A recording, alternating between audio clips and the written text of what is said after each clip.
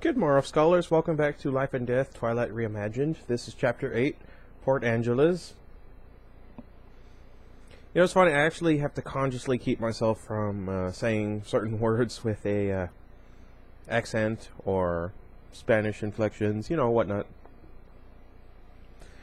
Jeremy drove faster than the chief, so we made it... Wait, I don't understand.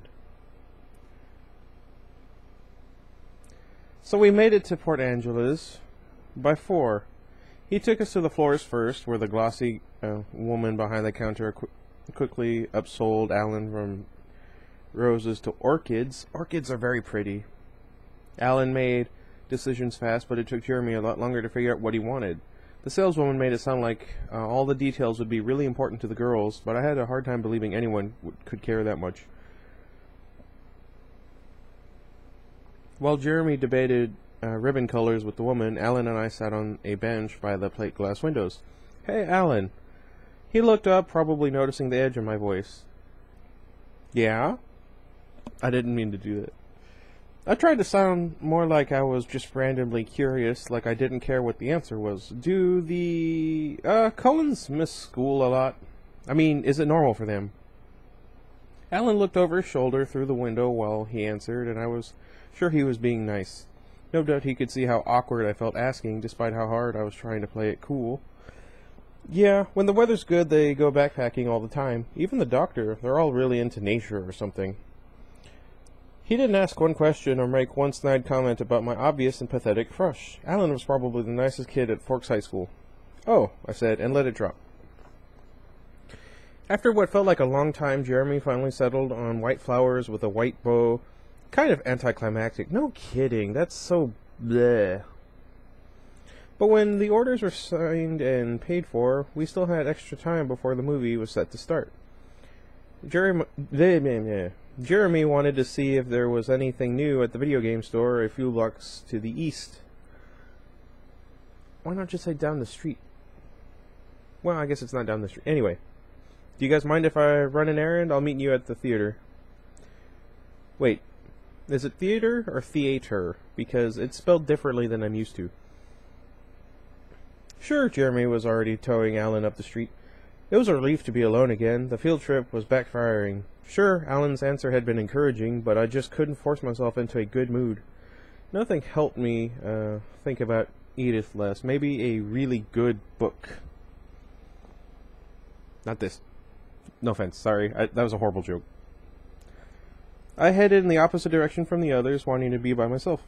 I found a bookstore with a couple of blocks south of the florist, but it wasn't what I was looking for. The windows were full of crystals, dream catchers, and books on spiritual healing. My mom would love that.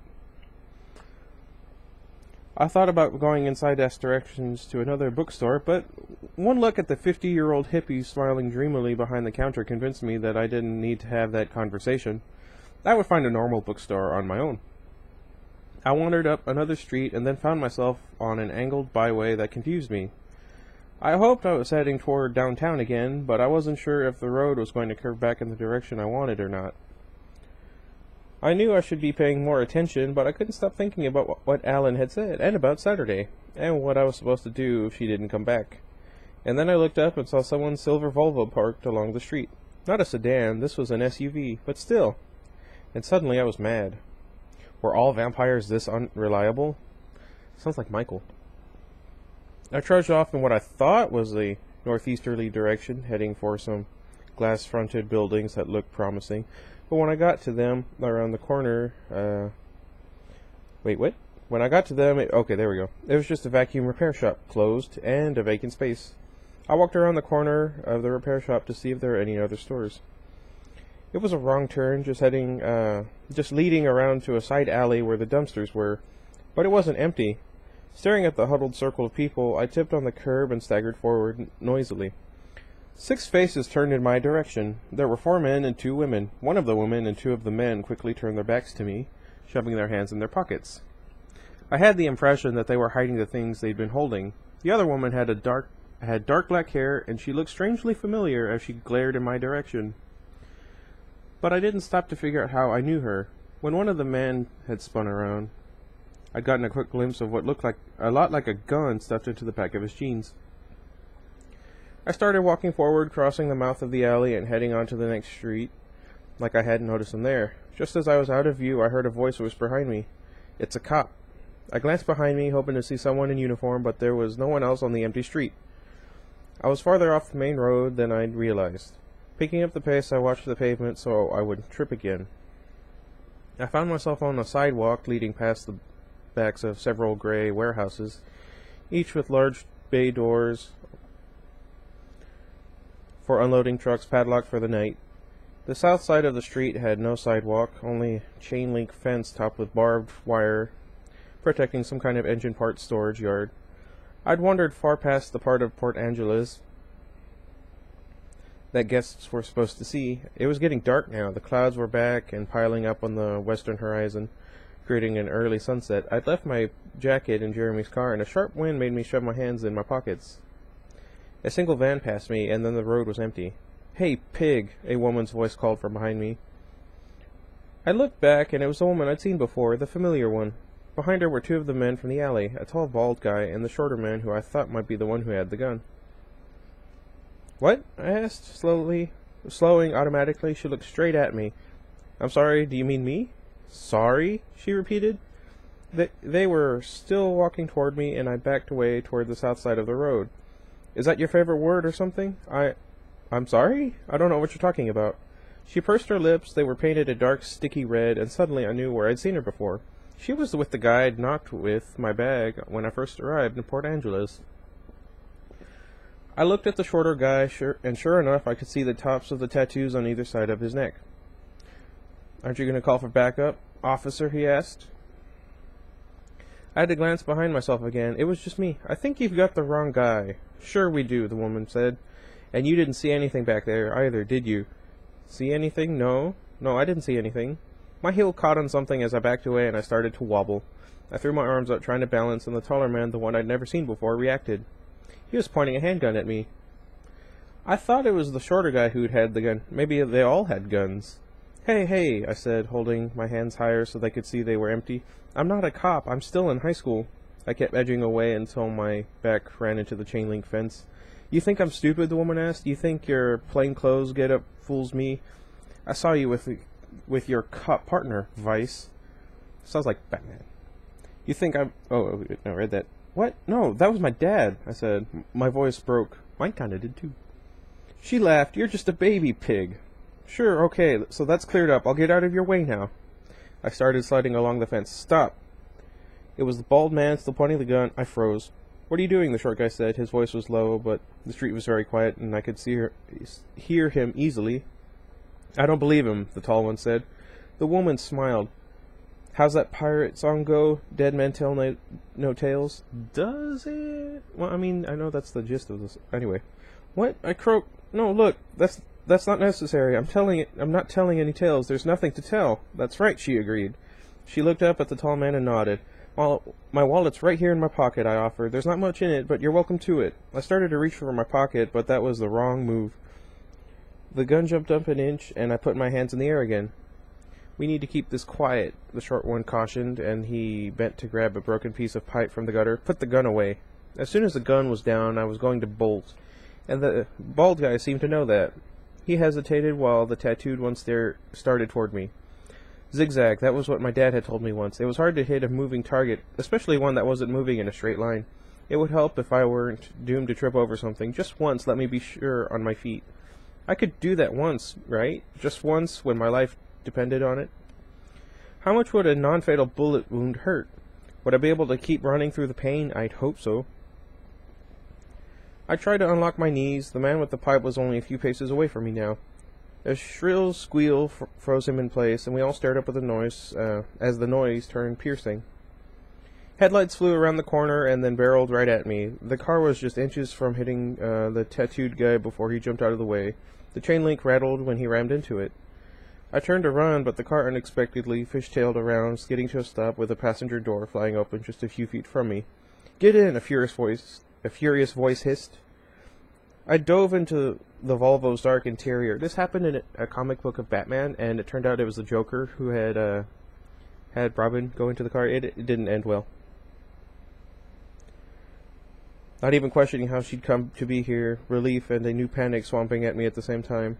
What if she got hurt? I yanked the door shut behind me while I shouted, "Drive, Edith, get out of here, he's got a gun!" But the car didn't move. "Keep your head down," she ordered, and I heard the driver's side door open. I reached out blindly toward the sound of her voice, and my hand caught her slim, cold arm. She froze when I touched her. There was no give, though. My fingers wrapped tight around the leather of her jacket. "What are you doing?" I demanded. "Drive!" My eyes were adjusting, and I could just make out her eyes in the reflected glow of the headlights. First they looked at my hand gripping her arm, then they narrowed and glared at the windshield toward where the man and the woman must be watching, evaluating. They could shoot at any second. "Give me just a minute here, Beau." I could tell her teeth were clenched together. I knew she would have no problem breaking free of my grasp, but she seemed to be waiting for me to let her go. That wasn't going to happen.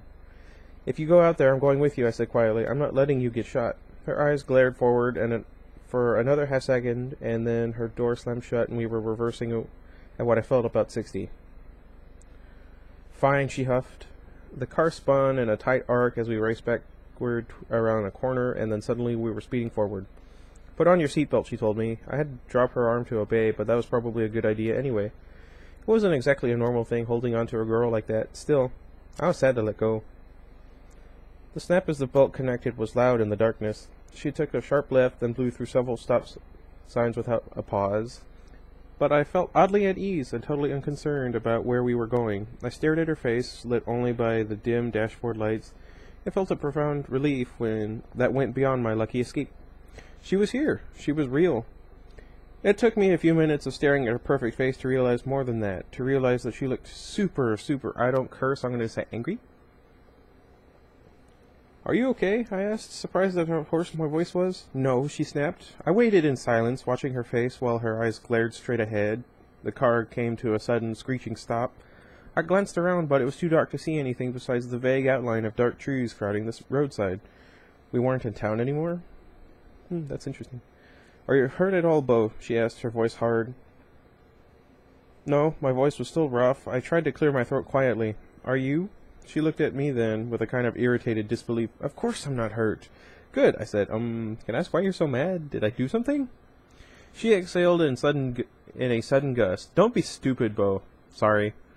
She gave me another disbelieving look and then shook her head. "Do you think you would be all right if I left you here in the car for just a few—" Before she could finish, I reached out to grab her hand where it rested on the gear shift. She reacted by freezing again. She didn't pull her hand away. It was the first time I'd really touched her skin. It wasn't when it wasn't accidental and just for a fraction of a second. Though her hand felt as cold as I suspected, my hand seemed to burn from the contact. Her skin was so smooth. "You're not going anywhere without me." She glared at me, and like before, it was as if she were waiting for me to let go instead of just yanking free like she easily could have done. After a moment, she closed her eyes. "Fine," she said again. "Give me a moment." I was okay with that. I kept my hand lightly on hers, taking advantage of her closed eyes to stare openly. Slowly, the tension in her face seemed to relax until it was smooth and blank as a statue. A beautiful statue carved by an artistic genius. Aphrodite, perhaps. Was that the one who was supposed to be the goddess of beauty?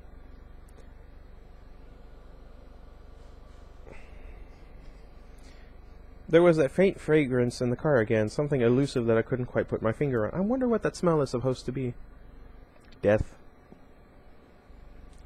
Then her eyes opened and she looked slowly down at my hand. "Do you want me to let go?" I asked. Her voice was careful. "I think that might be for the best." "You're not going anywhere?" I checked. "I suppose not, if you're that opposed." Unwillingly, I pulled my hand from hers. It felt like I'd been holding a handful of ice cubes. I like Ice Cube. He's really funny. "Better?" I asked. She took a deep breath. "Not really." "What is it, Edith? What's wrong?" She almost smiled, but there was no humor in her eyes. "This may come as a surprise to you, Beau, but I have a little bit of a temper. Sometimes it's hard for me to forgive easily when someone offends me." "Did I—" "Stop, Beau," she said before I could even get the second word out fully. "I'm not talking about you." She looked up at me with her eyes wide. "Do you realize that they were serious? They were actually going to kill you?" "Yeah, I kind of figured they were going to try." "It's completely ridiculous." It seemed like she was working herself up again. "Who gets murdered in Port Angeles?" "What is it with you, Beau? Why does everything deadly come looking for you?" I blinked. I have no answer for that. This sounds a lot like me. She tilted her head to one side and pursed her lips, exhaling through her nose. So I'm not allowed to go teach those thugs a lesson in manners? No, please. She sighed a long, slow sigh, and her eyes closed again. How disagreeable. We sat in silence for a moment while I tried to think of something to say that would make up for, I guess, disappointing her. That was what it seemed like, that she was disappointed I was asking her not to go looking for multiple armed gangsters who had offended her by threatening me. It didn't make much sense, and even less so when you factored in that she had asked me to stay in the car. Was she planning on going on foot? We'd driven miles away. For the first time since I'd seen her tonight, the word Jules had said popped into my mind. Her eyes opened at the same moment, and I wondered if she'd somehow known what I was thinking, but she just looked at the clock and sighed again. Your friends must be worried about you, she said. It was past 6:30. I was sure she was right. Without another word, she started the engine and spun the car around. Then we were speeding back toward town. We were under the streetlights in no time at all, still going too fast, weaving easily through the cars, slowly cruising the boardwalk. She parallel parked against the curb. I can't do that. In a space I would have thought much too small for the Volvo, but she slid in with one try. I looked out to the window to see the theater's brightly lit marquee. I know a dude named Marquise up at work. I think it's supposed to be Marquis. Jeremy and Alan were just leaving, pacing away from us. How did you know where? I started, but then I shook my head. Stop them before I have to track them down too. I wouldn't be able to strain myself or run into your other friends again. It was strange how her silky voice could sound so menacing. I jumped out of the car, but kept my hand on the frame, like before, holding her there. Jer! Weird. Alan! I shouted. They weren't very far away. They both turned, and I waved my free hand from overhead. They rushed back, the relief both on their faces turning to surprise when they took in the car I was standing next to. Alan stared into the recesses of the car, and then his eyes popped wide in recognition. What happened to you? Jeremy demanded. We thought you took off. No, I just got lost, and then I ran into Edith. She leaned forward and smiled through the windshield. Now Jeremy's eyes bugged out. Oh, hi, Edith, Alan said. She waved at him with two fingers, and he swallowed loudly.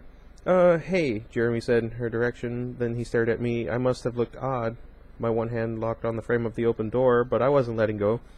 So, the movie's already started, I think. Sorry about that, I said. He checked his watch. It's probably still just running previews. He eyed my hand on the car. Still want to come? I hesitated, glancing at Edith. Would you like to come, Edith? Alan asked politely, though he had little trouble getting her name out. Me too. Edith opened her door and stepped out, shaking her long hair back from her face. She leaned on the frame and threw her dimples at them. Jeremy's mouth fell open. I've already seen this one, but thank you, Alan, she said. Alan blinked and seemed to forget how to speak. It made me feel a little better for always being so stupid around her. Who could help it? Edith glanced over at me. On a scale of 1 to 10, how much do you want to see this movie now? She murmured. -5,000, I thought. Not that much, I whispered back. She smiled directly at Jeremy now. Will it ruin your night if I make Beau take me to dinner? She asked. Jeremy shook his head. He hadn't remembered how to close his mouth yet. That sounds embarrassing. Thanks, she told him, dimpling again. I'll give Beau a ride home. She slid back inside. Get in the car, Beau, she said. What?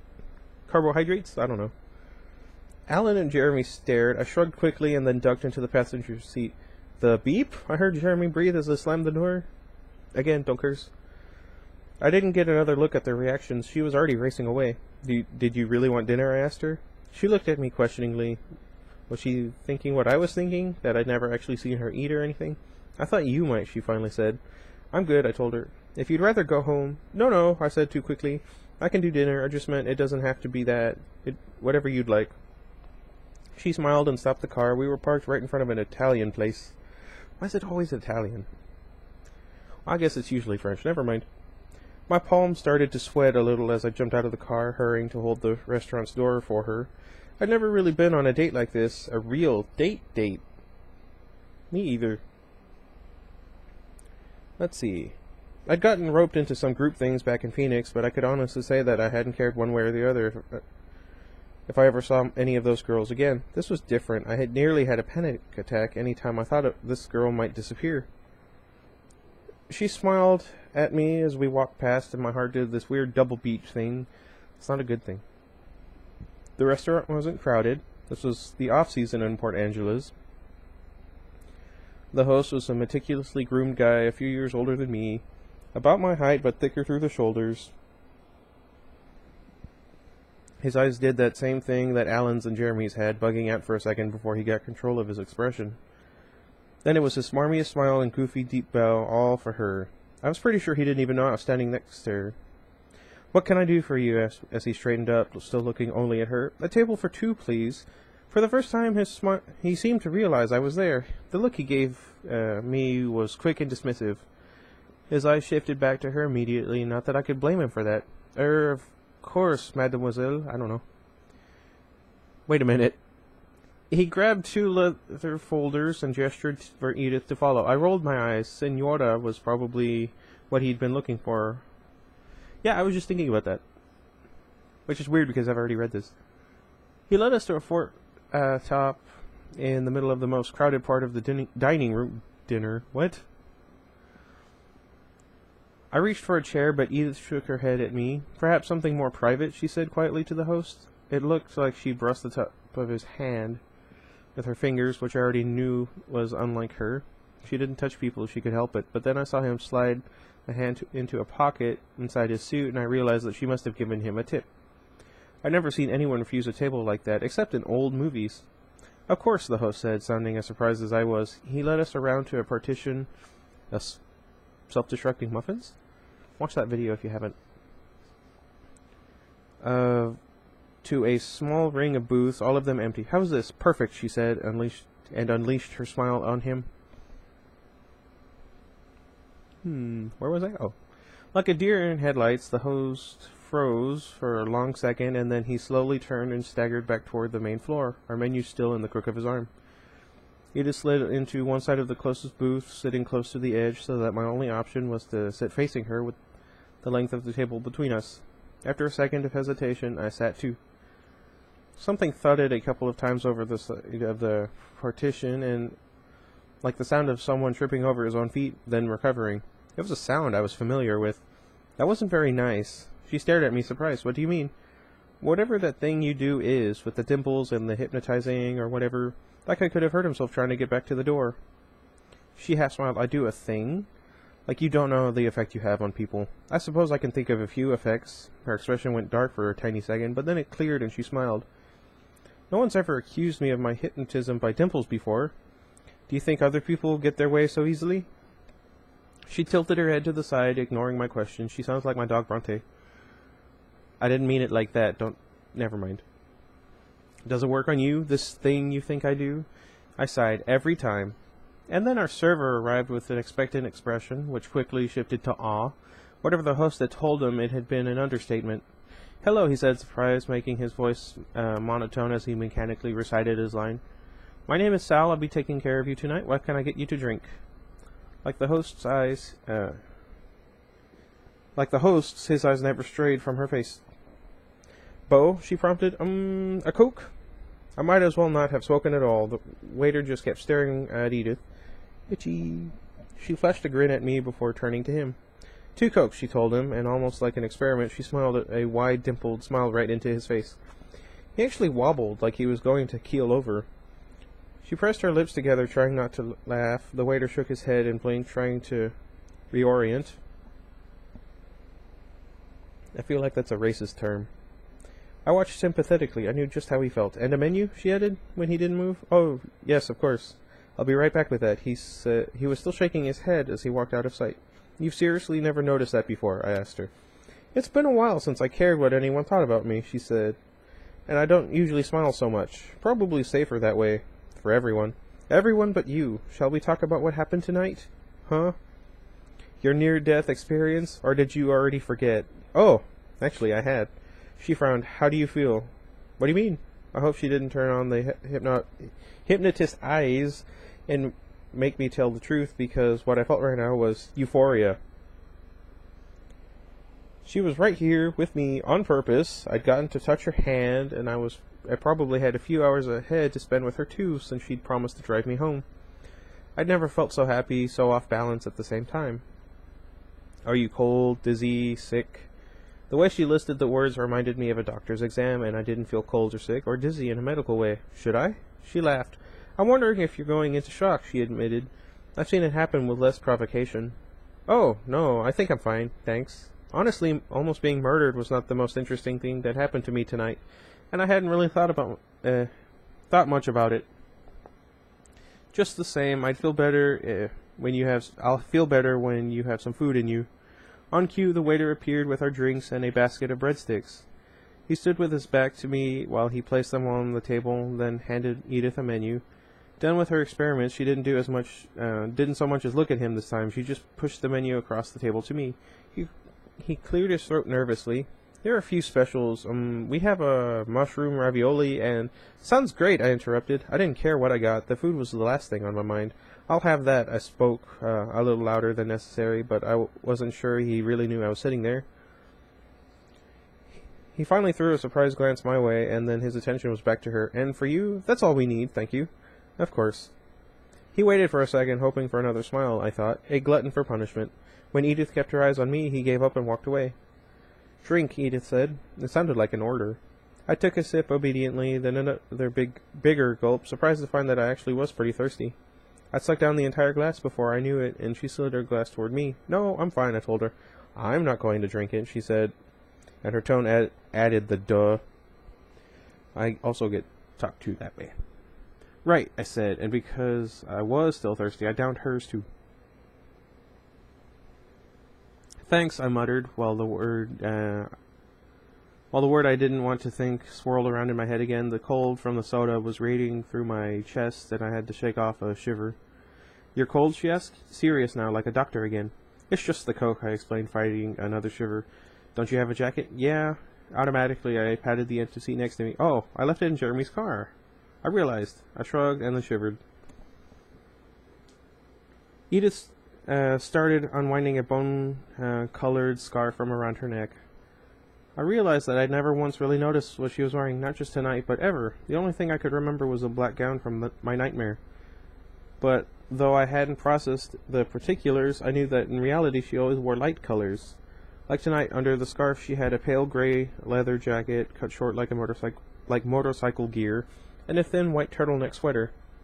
I was pretty sure she usually kept her skin covered, which made me think of the deep V of the black dream gown again, and that was a mistake. A patch of warmth started to bloom on the side of my neck.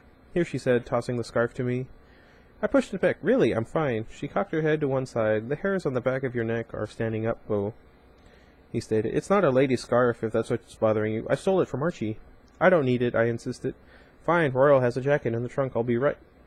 She started to move, and I reached out, trying to catch her hand to keep her there. She evaded my grasp, folding her hands under the table, but didn't give up.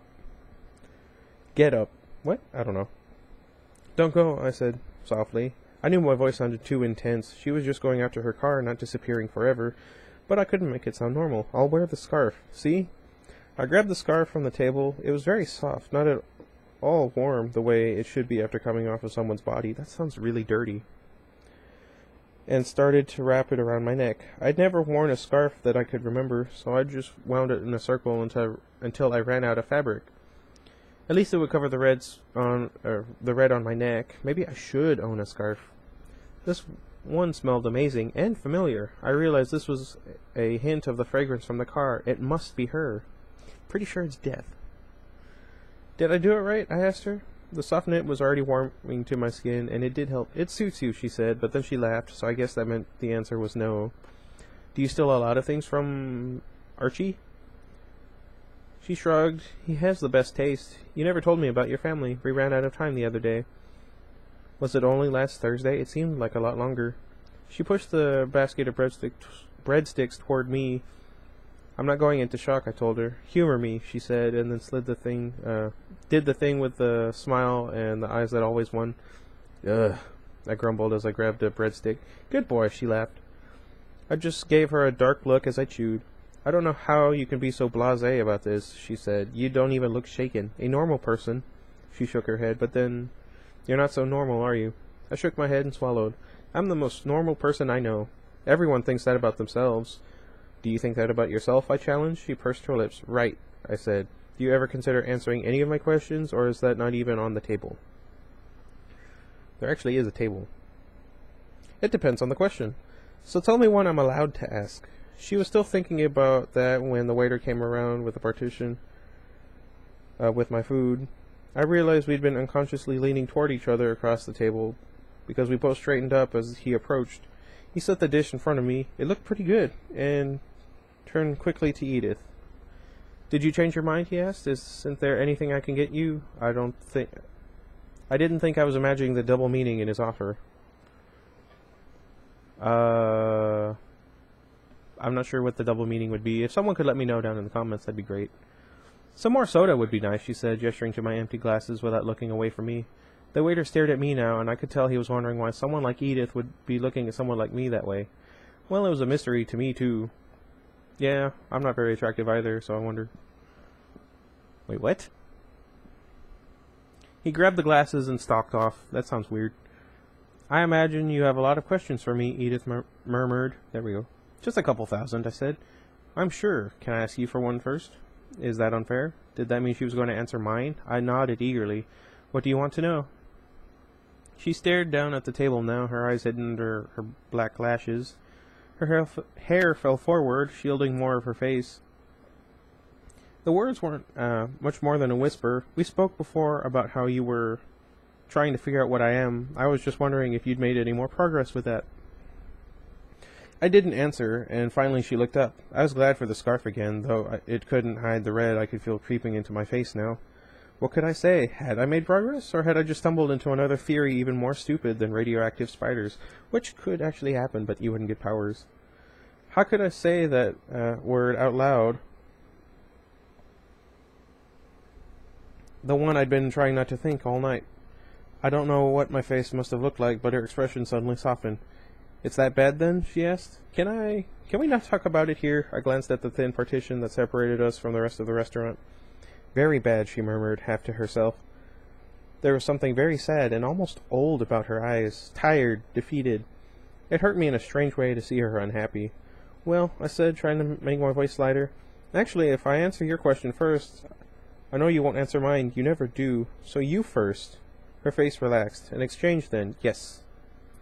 The waiter returned with the cokes. He set them on the table without a word this time and disappeared. I wondered if he could feel the tension as strongly as I could. I suppose we can try that," Edith murmured, "but no promises." "Okay, I started with the easy one. So what brings you to Port Angeles tonight?" She looked down, folding her hands carefully on the empty table in front of her. She glanced up at me from under the thick lashes, and there was a hint of a smile on her face. "Next," she said. "But that's the easiest one." She shrugged. "Next." I looked down, frustrated. I unrolled my silverware, picked up a fork, and carefully speared a ravioli. I put it in my mouth slowly, still looking down, chewing while I thought. The mushrooms were good. I swallowed and took a sip of Coke before I looked up. "Fine, then," I glared at her and continued slowly. "Let's say, hypothetically, that someone could know what people were thinking, read minds, you know, with just a few exceptions. It sounded so stupid. There was no way if... Wait, what? There was no way if she wouldn't comment on the first one, but then she looked at me calmly and said, just one exception. Hypothetically. Well, darn. It took me a minute to recover. She waited patiently. Okay, I worked to sound casual. Just one exception, then. How would something like that work? What are the limitations? How would that someone find someone else at exactly the right time? How would she even know I was in trouble? My convoluted questions weren't making any sense by the end. Hypothetically, she asked. Right. Well, if that someone... Call her Jane, I suggested. Wait a minute. She smiled. Oh, why are you... What, Riley? I don't know. Riley. I'm going with that. If your hypothetical Jane had been paying better attention, the timing wouldn't have needed to be quite so exact. She rolled her eyes. I'm still not over how this could happen at all. How does anyone get into so much trouble so constantly and in such unlikely places? You would have devastated Port Angeles' crime rate statistics for a decade, you know. I don't see how this is my fault. She stared at me, that familiar frustration in her eyes. I don't either, but I don't know who to blame. How did you know? She locked eyes with me, torn, and I guess she was wrestling against the desire to just tell me the truth. You can trust me, you know, I whispered, and I reached forward slowly to put my hand on top of hers, but she slid them back in an inch, so I let my hand fall empty to the table. That's what I want to do, she admitted, her voice even quieter than mine. But that doesn't mean it's right. Please? I asked. She hesitated one more second, and then it came out in a rush. I followed you to Port Angeles. I've never tried to keep a specific person safe or alive before, and it's much more troublesome than I would have believed. But that's probably just because it's you. Ordinary people seem to make it through a day without so many catastrophes. I was wrong before when I said you were a magnet for accidents. It's not a broad enough classification. You are a magnet for trouble. If there's anything dangerous within a 10-mile radius, it will inevitably find you. It didn't bother me at all that she was following me. Instead, I felt a strange surge of pleasure. She was here for me. She stared, waiting for me to react. I thought about what she'd said tonight and before. Do you think I could be scary? You know, this kind of reminds me of Superman and Jimmy Olsen. Look up the episode Superman's Pal. Anyway, not the romantic subtext going on in there. No, that's not what I meant. You put yourself into that category, what? Don't you, I guess? Her face turned hard, expressionless, unequivocally. Really? I don't trip on that word. Out of everything I've read, that's a word I can get out no problem. I stretched across the table again, ignoring her when she pulled back slightly once more and laid my hand on top of hers. She kept them very still. It made them feel like stone, cold, hard, and now motionless. I thought of the statue again. That's twice now. Thank you. She stared at me, her mouth twitching into a frown. I tried to ease the tension, make a joke. I mean, did you ever think that maybe my number was up the first time with the van and you're messing with, like, fate? Like those Final Destination movies? My joke fell flat, her frown deepened. Edith? She angled her face down again, but her hair falling across her cheeks, and I could barely hear her answer. That wasn't the first time, she said. Your number was up the first day I met you. It's not twice you've almost died, it's 3 times. The first time I saved you, it was from myself. As clearly as if I were back in my first biology class, I could see Edith's murderous black glare. I heard again the phrase that had run through my head in that moment. If looks could kill. You remember, she asked. She stared at me now, her perfect face very serious. You understand? Yes. She waited for more, another reaction. When I didn't say anything, her eyebrows pulled together. You can leave, you know, she told me. Your friends are still at the movie. I don't want to leave. She was suddenly irritated. How can you say that? I patted her hands, totally calm. This was something I had already decided. It didn't matter to me if she was something dangerous, but she mattered. Where she was where I wanted to be. You didn't finish answering my question, I reminded her, ignoring the anger. How did you find me? She glared at me for a moment, like she was willing to be angry too. When that didn't work, she shook her head and huffed a sigh. I was keeping tabs on Jeremy's thoughts, she said, like it was the most normal thing. Not carefully, like I said, it's not just anybody who could get themselves murdered in Port Angeles. At first I didn't notice when you set off on your own. Then I realized that you weren't with him anymore. I drove around looking for someone who had seen you. I found the bookstore you walked to, but I could tell you hadn't gone inside. You'd gone south, and I knew you'd have to turn around soon. So I was just waiting for you, randomly searching through the thoughts of everyone I could hear to see if anyone had noticed you so that I would know where you were. I had no reason to be worried, but I started to feel anxious. She was lost in thought now, staring past me. I started to drive in circles, still listening. The sun was finally setting, and I was about to get out and follow you on foot, and then she stopped suddenly, her teeth clenching together with an audible snap. I'm guessing like that. Then what? She refocused on my face. I heard what she was thinking. I saw your face in her head, and I knew what she was planning to do. But you got there in time. She inclined her head slightly. It was harder than you know for me to drive away, to just let them get away with that. It was the right thing, I know, but still, very difficult. I tried not to picture what she could have done if I hadn't made her drive away. I didn't want to let my imagination run wild down that particular path. That's one reason I made you go to dinner with me, she admitted. I could have let you go to the movie with Jeremy and Alan, but I was afraid that if I wasn't with you, I would go looking for those people. She probably still could when she has some free time. Let's see, where was I? My hand still rested on top of hers. My fingers were starting to feel numb, but I didn't care. If she didn't object, I'd never move again. She kept watching me, waiting for a reaction that wasn't going to come. I knew she was trying to warn me off with all this honesty, but she was wasting the effort. She took a deep breath. Are you going to eat anything else, she asked. I blinked at my food. No, I'm good. Do you want to go home now? I paused. I'm not in any hurry. She frowned like my answer bothered her. Can I have my hands back now, she asked. I snatched my hand away. Sure, sorry. She shot me a glance while she pulled something from her pocket. Is it possible to go 15 minutes without an unnecessary apology? I also have this problem. I apologize. If it was unnecessary for me to apologize for touching her, did that mean she liked it? Or just wasn't actually offended by it? Probably not, I admitted. She laughed once, and then the waiter showed up. How you do? He started to ask. She cut him off. We're finished, thank you very much. That ought to cover it. No change, thanks. She was already out of her seat. I fumbled for my wallet. You didn't even get anything. My treat, Bo, but try not to get caught up in antiquated gender roles. I've been telling you. She walked away, and I rushed to follow, leaving the stunned waiter behind me with what looked like $100 bill on the table in front of him. That'd be nice. I passed her, hurrying again to get the door. Ignoring what she said about antiquated roles, I held the door open for both men and women. I knew she was faster than I could probably imagine, but the half-filled room of watching people forced her to act like she was one of them. She gave me a strange look when I held the door open, like she was kind of touched by the gesture, but also annoyed by it at the same time. I decided to overlook the annoyed part, and I scrambled past her to hold the car door. I almost said cat. That'd be funny. Can you imagine Twilight with cats? It opened easily. She never locked it.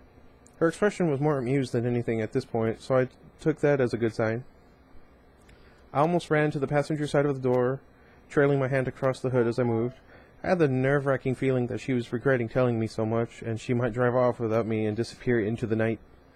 Once I was inside, she looked pointedly at my seatbelt until I put it on again.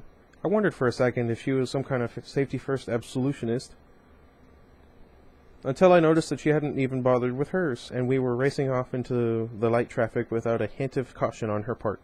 Now, she said with a grim smile, it's your turn. Okay, so that was Chapter 8. I forgot the title already. I'm going to call it Murder. I don't know.